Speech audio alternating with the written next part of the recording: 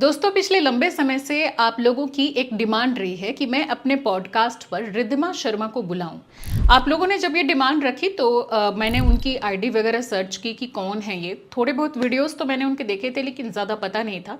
फिर मैंने उनको डीएम किया। कुछ दिनों बाद उन्होंने डीएम देखा और उनका रिप्लाई भी आया। उन्होंने एक नंबर वहाँ पर दिया, फ़ोन नंबर था।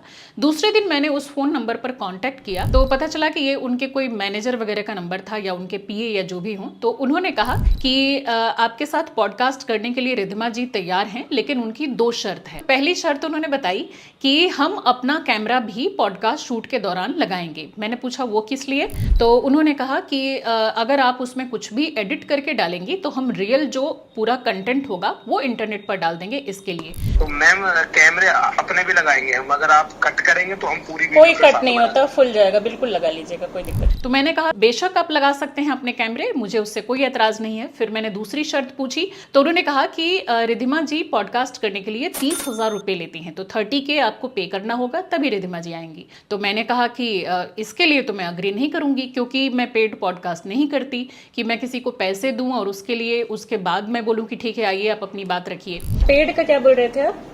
30। अच्छा, पैसे भी लेंगे ये के लिए, पॉडकास्ट के लिए?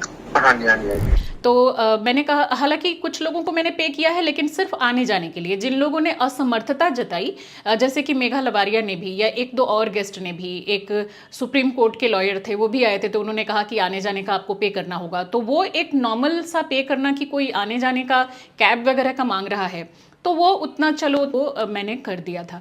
लेकिन स्पेशली कि 30,000 रुपये मैं दूं और उसके बदले में वो आएँ, तो ये मुझे कहीं से भी सही नहीं लगा। मैंने कहा ठीक है मैं टीम से बात करती हूँ।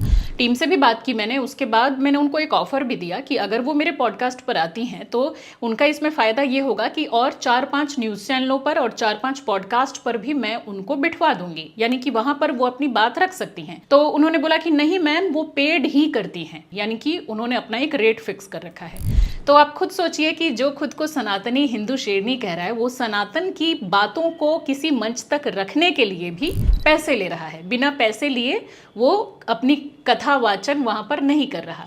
तो मुझे ये चीज़ सही नहीं लगी और मैं वेट कर रही थी। 1-2 बार मैंने और कांटेक्ट करने की कोशिश की, लेकिन जब उन्होंने बोल दिया कि वो पैसे लेके ही करती हैं तो मैंने छोड़ दिया।